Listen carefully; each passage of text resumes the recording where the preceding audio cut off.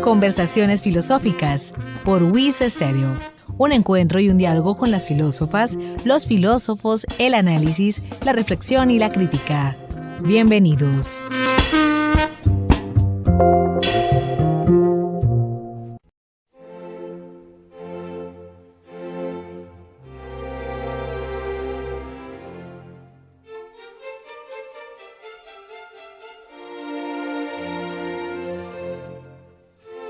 Amables oyentes, bienvenidos a Conversaciones Filosóficas desde la Escuela de Filosofía de la Universidad Industrial de Santander.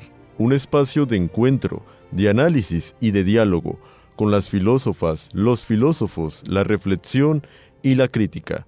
Les habla Hernando Arias Niño, estudiante de Filosofía UIS, quien les acompañará en este espacio institucional de la Escuela de Filosofía, en el cual abordaremos problemas, autoras y autores de la filosofía. Sean ustedes bienvenidos a nuestro espacio.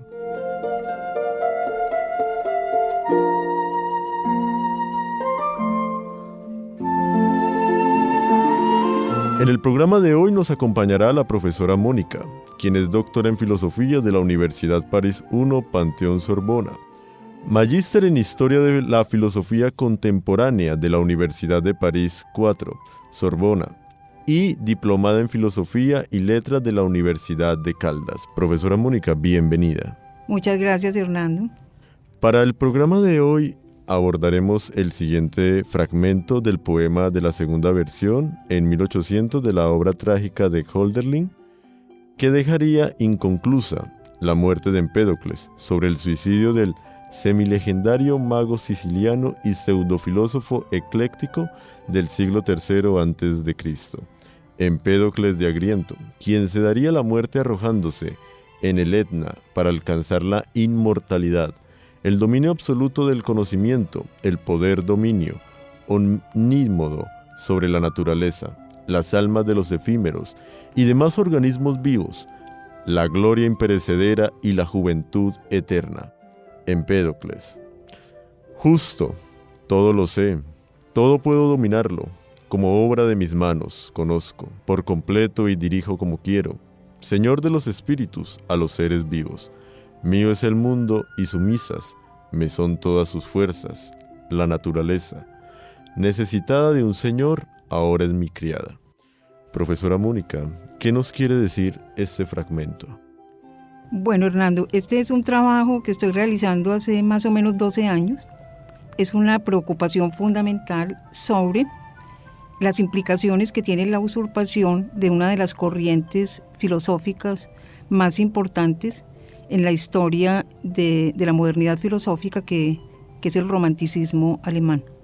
El romanticismo alemán es un movimiento crítico humanista de dignificación de la filosofía a través de la dignificación del lenguaje.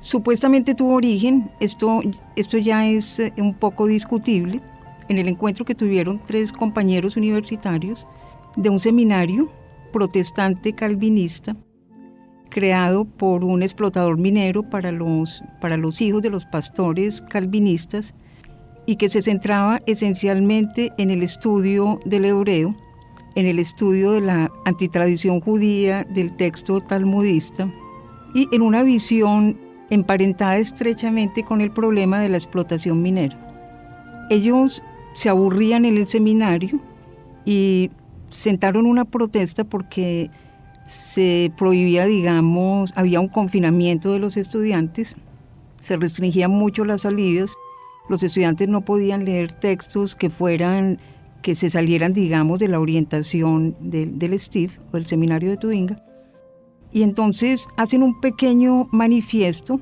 de solamente 2 páginas, en donde muestran la necesidad de hacer del lenguaje de la filosofía, y eso es lo que pretendo hacer acá, un lenguaje más asequible para todo el mundo. Y eso suponía también una reivindicación del significado de la filosofía. La filosofía no es un pensamiento en el aire, la filosofía no es un pensamiento pedantesco de personas que se encierran en una torre de marfil. La filosofía es esencialmente una experiencia de problematización de la realidad, que mira los problemas de manera estructural y en sus relaciones interproblemáticas, en diálogo inter y pluridisciplinar para tratar de vivir en un mundo mucho más humano. Y el romanticismo alemán entonces decía, es necesario que la filosofía se vuelva poesía para que el conocimiento tenga acceso, digamos, a todo el mundo. Y es necesario que la filosofía se vuelva poesía para volver sensibles a los filósofos. Esa palabra poesía se entendía en un sentido muy hermoso, que es el sentido de la concepción griega de lo mitopoético. Es decir, como poesía de la poesía o poesía didáctica, como sensibilización de una verdad concreta. Ese texto fue ciertamente inspirado por Schelling, escrito por Hölderlin, y quien le da un cariz completamente antirromántico es el antirromántico de la primera hora, Hegel, quien confunde el término búsqueda, digamos, de autorrealización del ser con la idea de que se puede acceder a mundos infinitos y que el hombre puede alcanzar un poder terrestre sobre la naturaleza, un poder dominio sobre la naturaleza y sobre el hombre, que esto va a ser la constante fundamental de lo que se entiende por modernidad. La tesis es muy sencilla que quiero defender y no es mía.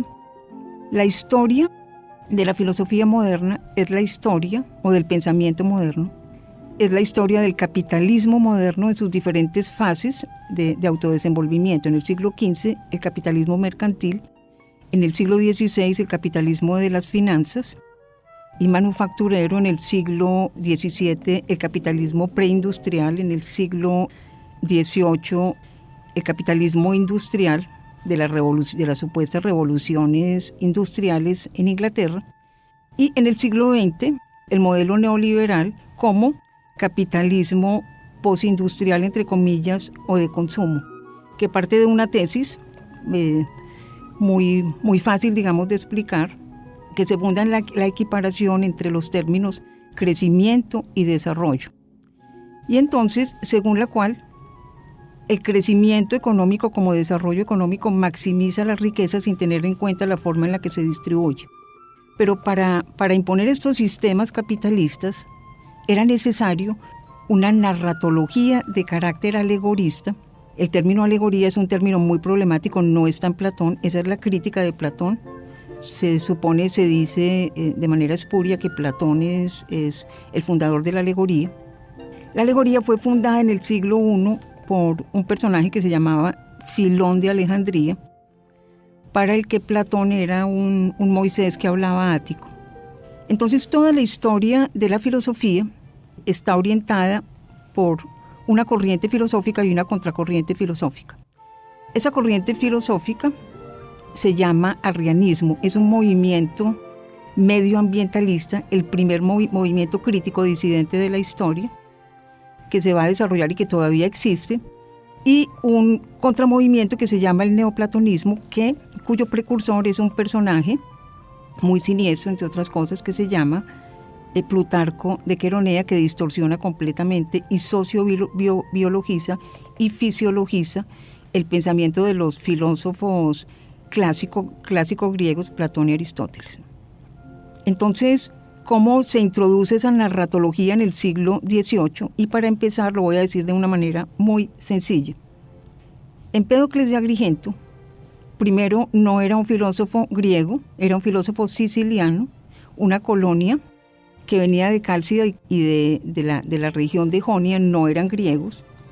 Se adscribían esencialmente a lo que se llama la Grecia arcaica o no occidental, en donde se inscribe el pensamiento al final, el último momento en el siglo V, de lo que se llaman los filósofos presocráticos, que Aristóteles en el libro 2 de Metafísica dice no eran presocráticos, no eran filósofos presocráticos, sino preplatónicos. En el sentido, las afinidades entre Aristóteles y Platón son grandísimas, pero él rechaza el neopitagorismo de la teoría platónica de las formas, de la sustancialización de las formas o de la formalización del pensamiento. Entonces acá empieza un debate que es fascinante y era necesario entonces introducir un contradiscurso filosófico, y ese contradiscurso filosófico es un contradiscurso de carácter esencialmente neoplatónico que apunta esencialmente a la eufemización de la realidad, a la desrealización de la realidad a través de la distorsión del concepto filosófico de representación, que es el concepto más importante de la filosofía, y la suplantación del concepto de representación por la imagen como imagen de la realidad, es decir, en un lenguaje que no dice la realidad, un lenguaje que no es significativo, sino que es un lenguaje alegorista y que establece una disociación entre el lenguaje y la realidad significada a través del lenguaje. El lenguaje es comunicativo, dice Aristóteles, o si no, no es lenguaje. En la base del lenguaje está el deseo de comunicar y en la base del lenguaje está la expresión de la comprensión de la realidad desde la perspectiva de quien la vive. Profesora Mónica, para darle un breve tiempo a nuestros oyentes con el propósito de dejarles una pregunta mientras entramos en una breve pausa, ¿cuál pregunta se le podría plantear a ellos?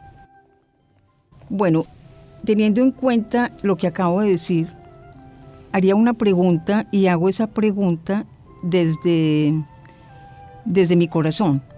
¿Puede contribuir la filosofía desde enfoques omnicomprensivos, inter y pluridisciplinares a la realización de la posibilidad de humanización del mundo o de la configuración de un mundo otro o de un mundo con rostro humano? Y cuando hablo de la filosofía entendida como una disciplina teórico-práctica, en el sentido de Aristóteles, o de toma de actitud, conciencia y posición frente a la realidad dada, captada o aprehendida, lo que llamamos en filosofía intuición, es decir, de una filosofía viviente. Entonces tomo una sentencia filosófica de Kant en un libro extraordinariamente importante que se llama Antropología desde el punto de vista pragmático, el numeral 6 del libro 1, Didáctica, sobre la distinción e indistinción de la conciencia que se tiene de las propias representaciones. Entonces, y por eso mismo también, sobre todo de problematización de la realidad y reaprendizaje de la mirada en la búsqueda de la verdad de los conocimientos. Puede contribuir la filosofía a configurar la posibilidad de realización de un mundo otro como mundo alternativo o de humanización del mundo a través de la problematización de la realidad y del reaprendizaje de la mirada. Y si tal no fuese el caso, ¿por qué razones la filosofía en el mundo actual estaría impedida para realizar esa tarea de humanización del hombre y del mundo? Es decir, estamos dejando yo no me llamaría nunca filósofo, es un término muy pedante, los sujetos filosofantes, quienes nos consagramos a la filosofía, estamos dejando de lado los verdaderos fines sociales y humanos de la filosofía, o por el contrario, la filosofía se abre más al mundo y se abre más a la realidad. ¿Qué piensan ustedes? Ya regresamos.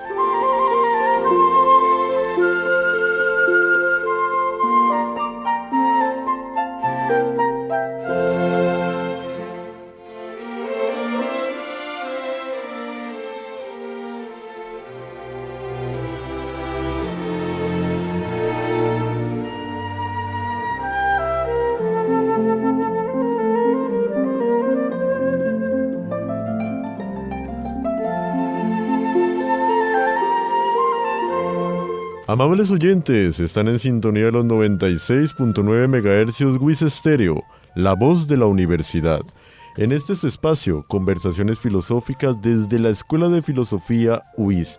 El destino trágico del poeta romántico alemán Friedrich Hölderlin, por causa del complejo de Empédocles y sus inadvertidas repercusiones en los jóvenes universitarios de nuestro tiempo. Profesora Mónica, ¿qué podemos decir acerca de la pregunta planteada y del tema en el programa de hoy? ¿Qué podríamos decir? Pues yo pienso que ya todo está dicho. No quisiera que fuera de mí misma que saliera, digamos, ese interrogante, pero ¿qué significa esa pérdida del sentido de lo concreto en las jóvenes generaciones esa narratología de la muerte y de la desesperanza y de la creación de un mundo de desasosiego. Yo voy a permitirme muy rápidamente leer un libro muy problemático, muy duro, que se llama el libro del desasosiego, del poeta portugués Fernando Pessoa, que dice así: medito si todo en la vida no será la degeneración de algo, si el ser no será una aproximación, una víspera o un circunloquio. De la misma manera que el cristianismo fue la degeneración bastarda del neoplatonismo aguado, la judeización del helenismo falso por el romano, nuestra época senil y cancerígena es el desvío múltiple de todos los grandes objetivos, confluyentes u opuestos, de cuyo fracaso surgió la era en la que fracasaron. Vivimos un entreacto con orquesta. Pero a mí, ¿qué más me dan en este cuarto piso todas esas sociologías? Todo esto es sueño para mí. Como las princesas de Babilonia, y el ocuparnos de la humanidad es fútil, una arqueología del presente. O sea, no, yo no puedo hacer absolutamente nada por modificar la realidad. Como decía Aristóteles en la Ética Nicomaquea, una golondrina no hace verano, pero despeja un poco, dice, y la golondrina es la filosofía, despeja un poco, digamos, las nieblas que enturbian una mirada más clara sobre la realidad. Es muy fácil decir, yo no puedo hacer absolutamente nada, yo no puedo cambiar el mundo, así es siempre y así será para siempre. Esa concepción fatalista de la realidad es la que está minando el ejercicio práctico de la filosofía y su verdadera razón de ser. Pero, ¿de qué resulta esa preocupación que la tiene y que nos convoca hoy, profesora Mónica? Resulta de un contradiscurso filosófico que fue hecho a la intención de los jóvenes para provocar en ellos una tendencia al desarraigo, al desistimiento del mundo y al cansancio. Hölderlin nace, si la memoria no me falla, en 1700, y 1700 es el año de la famosa disertación de Kant, que hizo cuando ya era muy maduro para acceder al cargo de profesor de la Universidad de Königsberg. Kant denuncia en ese encuentro, que fue una cosa horrible porque eso fue manipulado por el enemigo de Kant, el judío desjudaizado, Moses Mendelssohn, quien crea un proyecto paralelo al de la ilustración kantiana que se llama Iluminismo o la Haskalah judía. Y entonces introducen un estudiante que apenas acababa de entrar a la Universidad de Königsberg bajo la influencia de Mendelssohn para que le sirva como de respondiente para refutar, digamos, los análisis de Kant. El texto obviamente fue escrito en latín clásico y en alemán, y el muchachito no sabía latín. Pero es muy importante porque Kant denuncia en esa ocasión un fenómeno terrible que se está dando en Alemania por obra de un texto terrible que se llama Los Cantos de Ossian, del que voy a hablar en la segunda parte, en el segundo programa, que tiene que ver con el problema de la minería, la narratología minera. Y es un canto que aparece de la nada, supuestamente escrito por filósofos de la época medieval y recuperado por un personaje que se llama Macpherson. Y en 1700 se suicida un joven alemán, hijo de un personaje también rival de Kant, que provoca un revuelo en Alemania, porque se está induciendo a los jóvenes a desarraigarse de la realidad a través de unos textos que son absolutamente terribles. Nosotros tenemos uno que se llama Los Cantos de Maldoror, que tuvo una influencia fundamentalísima en el nietzscheísmo y también en el surrealismo, y se inducía a los jóvenes al uso de las drogas psicotrópicas. Esto viene de la época romana, y los romanos crearon lo que se llaman los filtros de amor, y esos filtros de amor ellos fueron los que descubrieron los efectos de la marihuana mezclada con la mandrágora.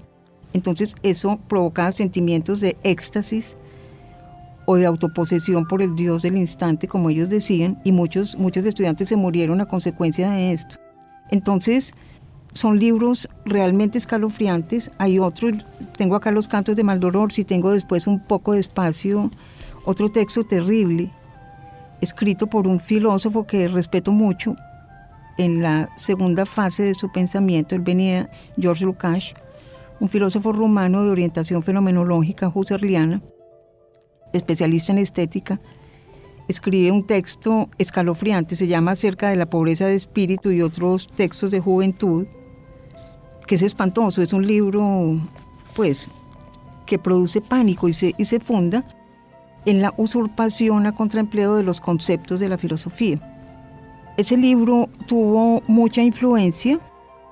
Los Cantos de Ossian, entre otras cosas, a Napoleón. A mí Napoleón me encanta porque Napoleón fue el que hizo traducir la primera versión original en griego, hecha por Martín Lutero, del Timeo platónico, y sentía una admiración profunda por la filosofía, pero a él los Cantos de Ossian, que se popularizaron en Francia en el siglo XVIII, tuvieron, pues, le parecían muy sugestivos.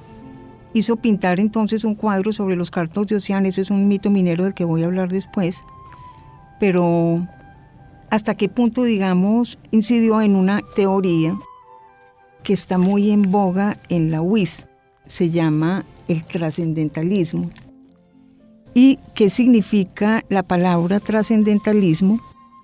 El trascendentalismo, como trascendencia nihilista de la nada, va a ser examinado por un filósofo muy importante que se llama, de la Sorbona, que se llama Víctor Delbos.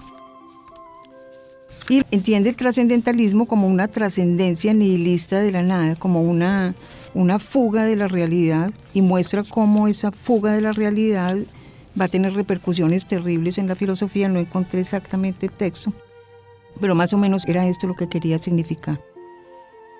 Profesora Mónica, de cierta manera, para culminar este programa, quisiera que pudiéramos leer, para sintetizar este texto de Immanuel Kant, la antropología desde el punto de vista pragmático de la distinción e indistinción en la conciencia que se tiene de las propias representaciones, del libro primero Dialéctica.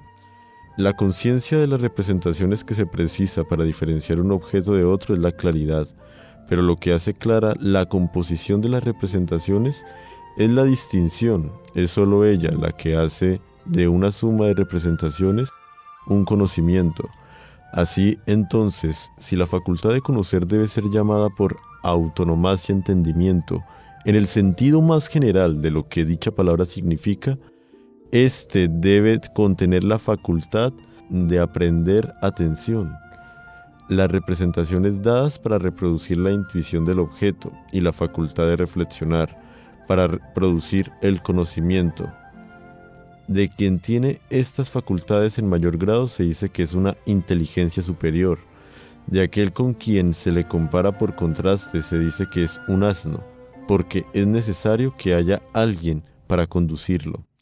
Y si el uso que de ello se hace está marcado de originalidad, lo que permite extraer de sí mismo lo que de otro modo hay que aprender bajo la férula de otros, se dice que es un genio. No haber aprendido nada de lo que se requiere instrucción es ser ignorante, cuando de lo que se trata es de jugar al hombre cultivado o, como yo añadiría, de cultura de barniz. De un sabelotodo que no piensa por sí mismo se puede decir que es un hombre limitado en su saber histórico. Profesora Mónica, de verdad agradecemos por su participación, valiosos aportes, y esperamos contar nuevamente con su participación en este nuestro programa. Muchas gracias, Hernando, y muchas gracias a ustedes que me escucharon. Y como pueden darse cuenta, no tengo un poder sintético muy grande, se me queda todo en el tintero, pero quería mostrar hasta qué punto es necesario repensar la manera como se está entendiendo el aprendizaje de la filosofía. Por eso dice Kant: nadie puede enseñar filosofía ni arrogarse el pomposo título de filósofo, sino enseñar a filosofar. Muchísimas gracias. Amables oyentes, llegamos al final de esta edición de Conversaciones Filosóficas desde la Escuela de Filosofía UIS. Los esperamos a una nueva edición del programa institucional por la Escuela de Filosofía UIS. Gracias por su sintonía. Con ustedes hasta este momento les acompañó Hernando Arias Niño.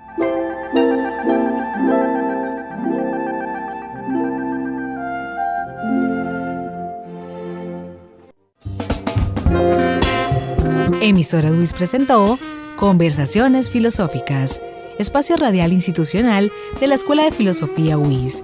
Sintonícenos todos los lunes a las 11:30 am en los 96.9 MHz, UIS Estéreo, la voz de la universidad.